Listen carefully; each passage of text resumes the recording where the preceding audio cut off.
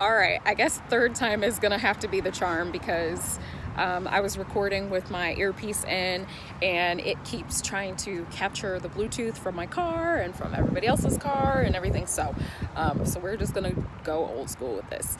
I just recorded a video a few hours ago or so about kind of the role and responsibility of the church and where I think that we maybe are failing some of our communities. This particular video, while I didn't spend a ton of time focusing on a lot of details, I did specifically mention the LGBTQ community, and so while I might be biased, I really do think that that's a good video. So it's probably about 15 minutes long, so go ahead and check that one out. This video, I am not actually going to be heavily focusing on anything like biblical or scriptural with regards to my comments on this. It's purely an informational video that I think will help people who are not within my demographic to maybe have a bit more compassion and better understand some of the way life looks for Black women, and I kind of laugh because on the one hand, I feel like it is kind of like when a parent says hey, keep your family business at home, and so Aunt Sue's got a crazy drinking problem and you don't want to tell the rest of the world that all the family business and stuff. I feel like it's kind of like that, but at the same time I feel like maybe having more information that's what happens when you're outside, you get bugs. Maybe having more information will help increase a sense of compassion. And I also know that that is somewhat naive. There's I want to say it's a Harvard study, but it could be Yale. There's an implicit bias study that was focused on preschool children and their teachers. So it was a group of preschool teachers, and it was a study that was set up. You can look it up. The video itself is probably about 3-4 minutes, so it's not very long. Actually, I'll link it in the comments or in the bio so that you can have access to it as well.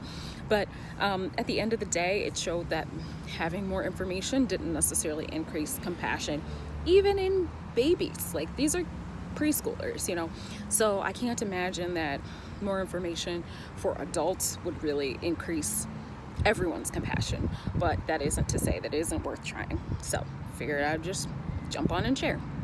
So I would say probably the major umbrella for a lot of the issues that Black women experience in their life is just this idea of kind of an invisibility.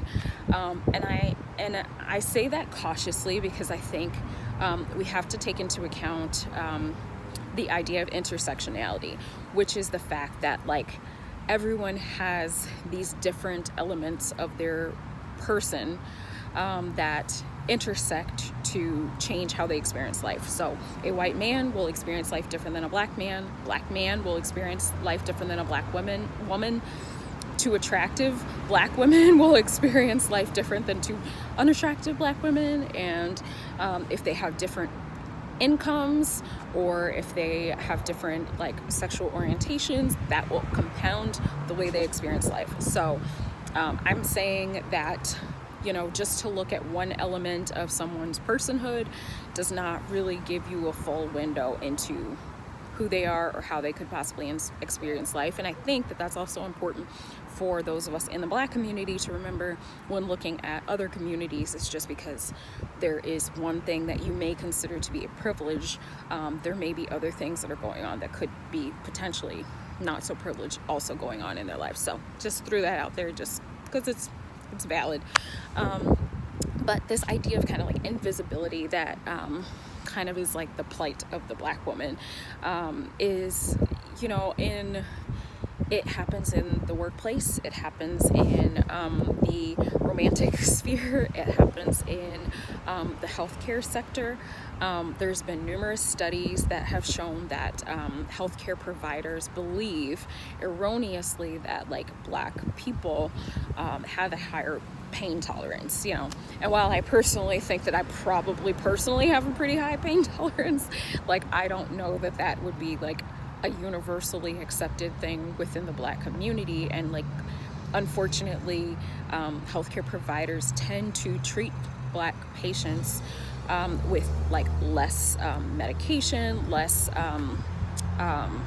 severity in terms of the triage that they provide, because they don't believe that there is that real necessity to I guess equivocate the care, which is unfortunate. It's subconscious. I'm not saying that anybody is some horrible person, but it is a subconscious thing, and there's plenty of studies and research to back that.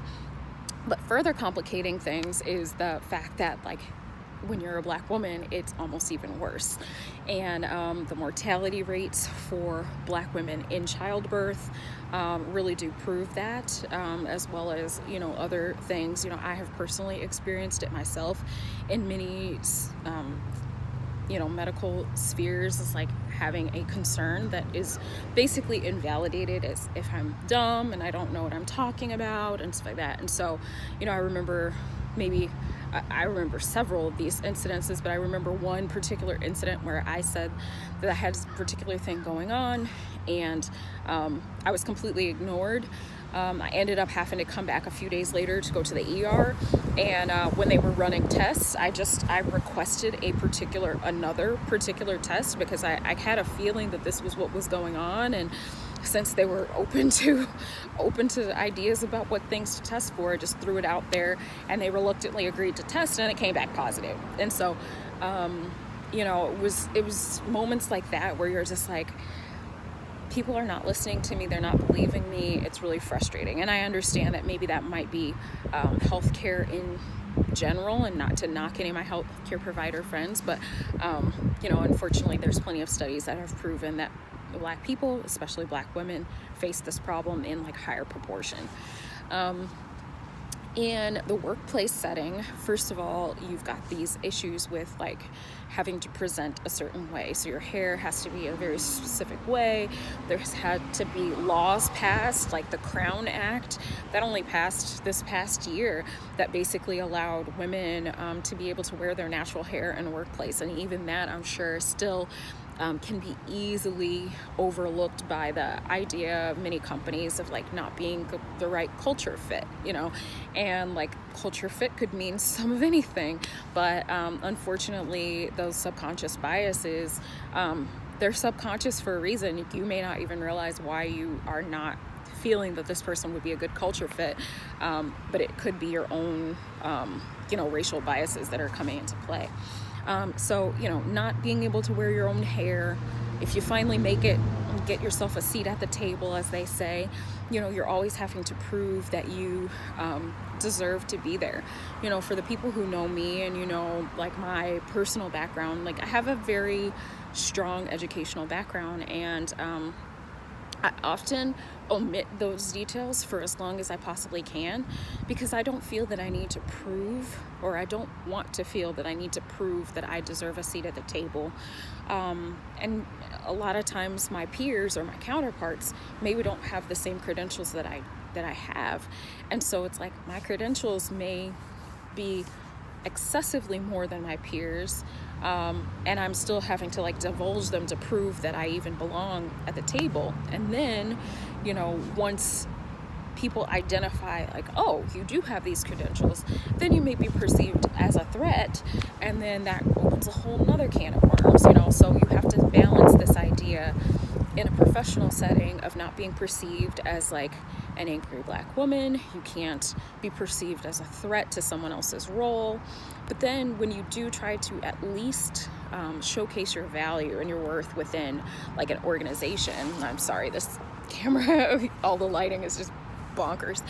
Maybe you'll speak up in the boardroom or whatever. There's also studies that have proven that there is a misattribution of comments that comes when Black women speak. And so you may be in a boardroom meeting and you have this great idea and you pipe up, and then 10 minutes later nobody can remember whose idea it was or who said a certain comment, and so it may be misattributed to a Black peer, maybe male, maybe female, maybe another female maybe gets credit for that statement, or maybe nobody just remembers in general where it comes from. But it's this sense of like, it is an almost, and again, subconscious, almost as if your comments aren't worth being remembered, at least with regards to who spoke them, And so that can be frustrating as well. Like I said, you also, you can't be a pushover, but you can't be the angry black woman. And so, you've got all of those things that you have to contend with,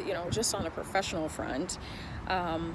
And that's assuming you got your foot in the door, you didn't have a name that was too ethnic to get selected on a resume, and just all the other things that I already mentioned. But then you move it into like the romantic sphere.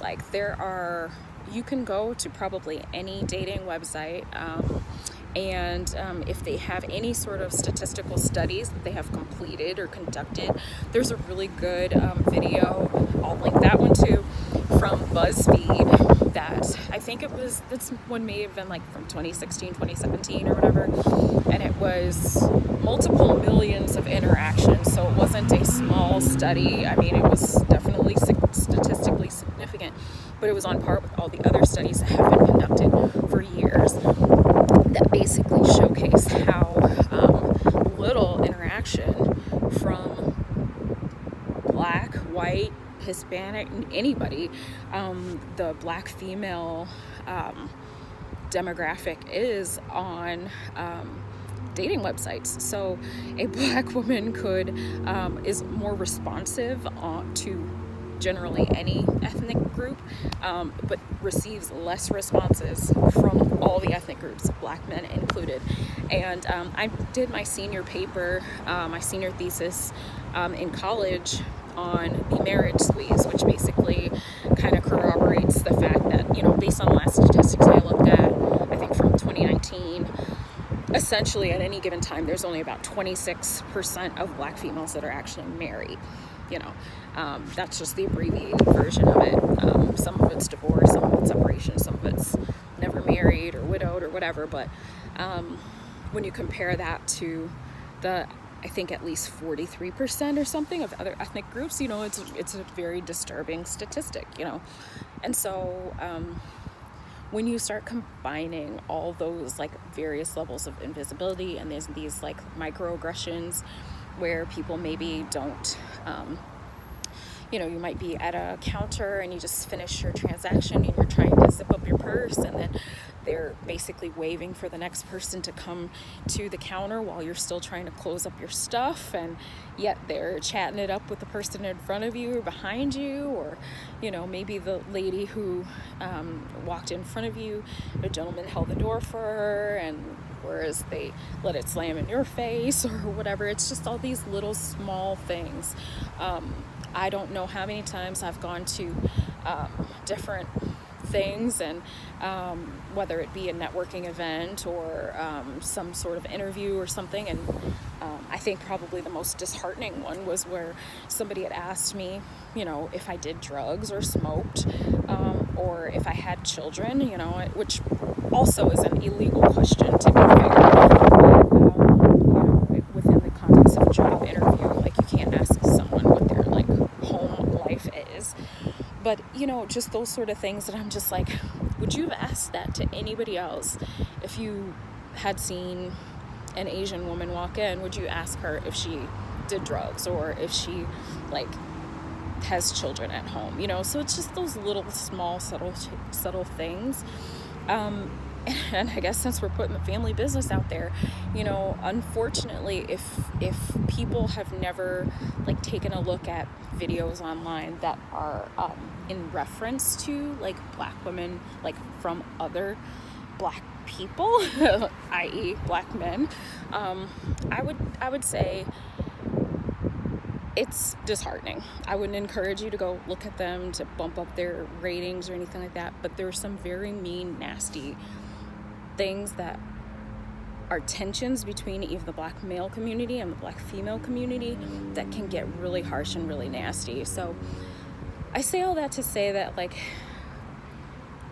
there's a lot going on, and that idea of this like angry black woman thing that I think is very inaccurate, but for those women who do meet that criteria or meet that description, like there's a lot of things to genuinely actually be angry about, and I think at the end of the day, as a woman, and again, that's what the perspective of this video is life as a Black woman. I think just not having the ability in some situations to actually feel like you're being treated like a regular, full woman is just a sense of frustration that really wears on women. We all want to be treated like ladies. We all want to be prized and special and all that kind of stuff. And it's just, unfortunately, a lot of times these Black ladies don't get the ability to do that. And so, I don't know that will really increase anybody's compassion. Hopefully it will. Possibly it won't. But at least you won't be ignorant, and so you can't claim that you didn't know. So if you want to be a jerk, then you're being willfully a jerk, not a jerk due to lack of knowledge. So that's my story. I'm sticking to it. You guys have yourself a wonderful night, and I'm sure I'll be back making a video about something soon.